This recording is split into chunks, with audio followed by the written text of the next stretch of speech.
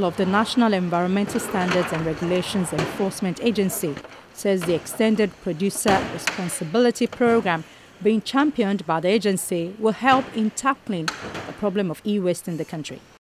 In all the regulations, there's a component to do with involving the Extended Producer Responsibility Program. What is it about? It's essentially to take the responsibility back to the manufacturer of that product. What does that mean? That the manufacturer of a product, beyond selling to the market, will also have a responsibility to what happens at the end of life of that product. This means, take the phone for example.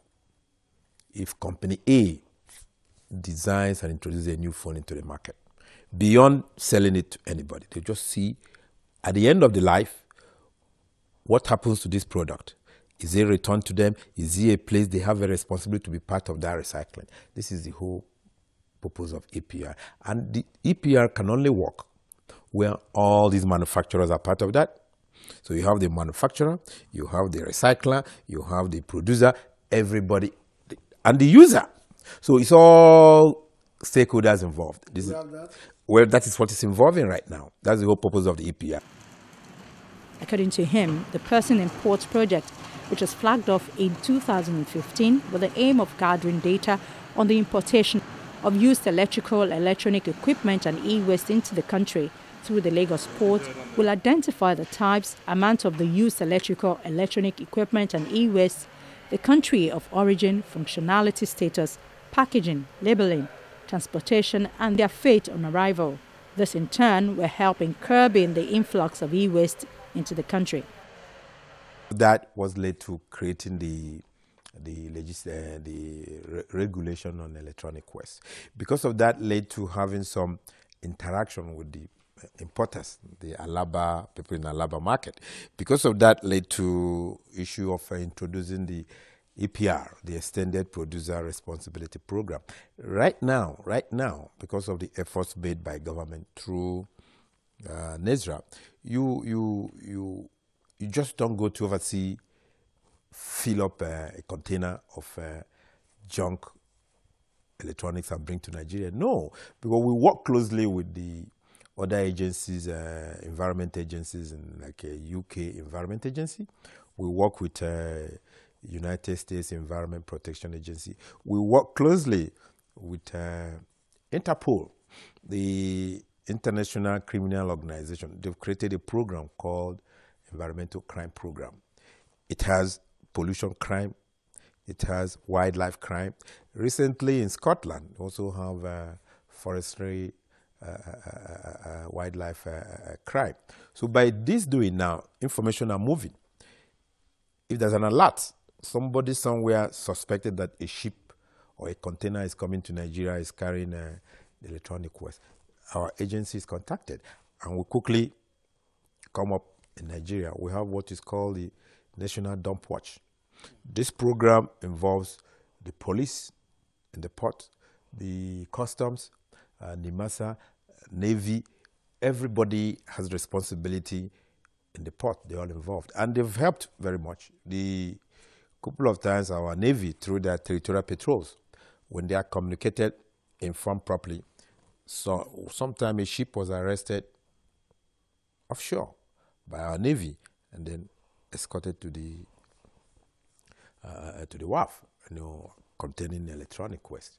So because of this now, it's really, even there, because we take it back to the port of origin. So any shipping company is very cautious.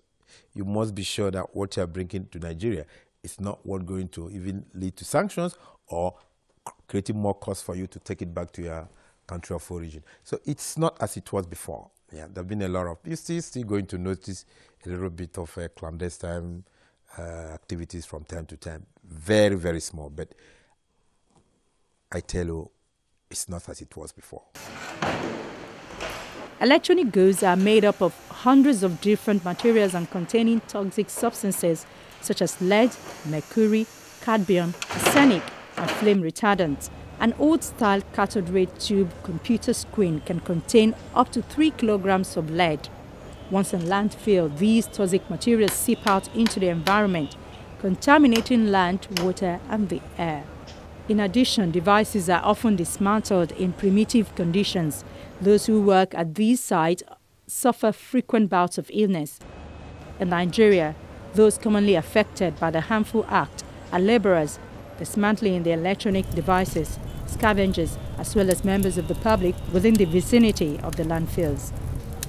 We sent the scavengers. They go to the markets, go around house to house, pick up this scrap. When they get there, they pay a little token to collect it. When they get there, we use screwdrivers, hammers, and sometimes stones to break them, which is not the real way to go about it. No protection. Sometimes when you break it, the gas you inhale it, it's not healthy for our people. If you are sick, it's like when you make a naira, the next day, the naira is gone. When you are sick, nobody takes care of you. The informal sector don't have to bear the cost of hazardous processing. But one thing I'm sure of in Nigeria is that people, particularly households, will not be willing to part of their electronics for free. You know, I'm from the UK, and we have general recycling sites where we can go and drop our electronics, TVs and old radios and old mobile phones. And you'll be surprised that in the UK people do just drop it inside a skip, a bin, and it's taken away. And they don't expect any money in return for that. There's no financial incentive. They just want to get it out of their house. It's old, it's an old TV, they don't want it.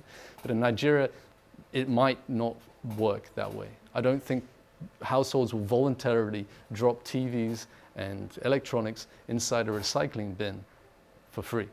So there has to be a financial incentive for people to release their electronics. And the EPR system creates that financial incentive so recyclers and collectors can go out and buy some of these electronics from households, from these dump sites, get them out of that informal sector and get them to a responsible recycler.